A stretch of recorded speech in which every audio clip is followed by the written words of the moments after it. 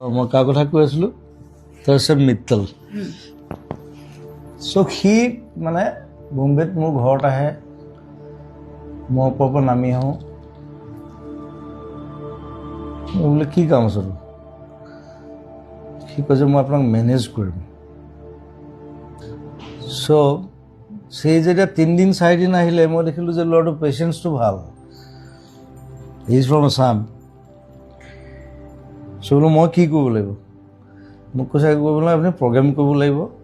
মই আপোনাক লৈ যাম বেলেগ বেলেগ জেগাত সি বহুত জেগাত লৈ গৈছে মোৰ বাহিৰতো লৈ গৈছে এতিয়া সিদ্ধাৰ্থতে চাই আগতে সি চাইছিলে but he still like my brother is like সি ক'লে মই কিবা পাৰ্চেণ্টেজ এটা ল'ম আৰু মই খালি আপুনি প্ৰগ্ৰেম কৰিব লাগে বোলো ঠিক আছে ব'ল সেইটো ক'বলৈ তই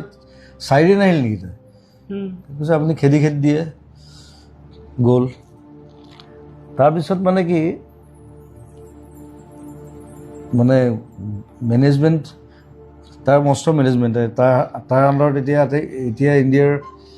3 ষ্টাৰ আৰ্টিষ্ট আছে গোটেই অল অৰিজিত সিঙৰ পৰা আৰম্ভ কৰি গোটেই সি ষ্টাৰ্ট কৰিছিলে মোৰ পৰা চ' সি মোক ক'লে যে দাদা আমি এটা এগ্ৰিমেণ্ট কৰিব লাগে বোলে কি এগ্ৰিমেণ্ট কৈছে এইটো মানে আমাৰ ছিষ্টেম এইটো আমি যি আৰ্টিষ্ট লওঁ তেতিয়া একদম নতুন সি মানে আমি এগ্ৰিমেণ্ট এটা কৰোঁ এইটো মই বোলো হ'ব তই ৰাতি আহিবি 2টা বজাত সি আহিলে মই ষ্টুডিঅ'ত কাম কৰি আছোঁ চিনেমা কিবা ভাইমন্দা চিনেমা এখন চলি আছিলে কাম কৰি আছোঁ 2টা বজাত আহি একদম ৰেডি 3টা বজাত মই তাক ক'লোঁ বোলো ব'ল গাড়ীটোত তাক ভূতনাথ শ্মশানত লৈ আহিছোঁ 3টা বজাত সি মোক কৈছে যে শ্মশানত লৈ আহিলে যে 3টা বজাত মই বোলো এগ্ৰিমেণ্ট কৈছে শ্মশানত এগ্ৰিমেণ্ট মই বোলো চা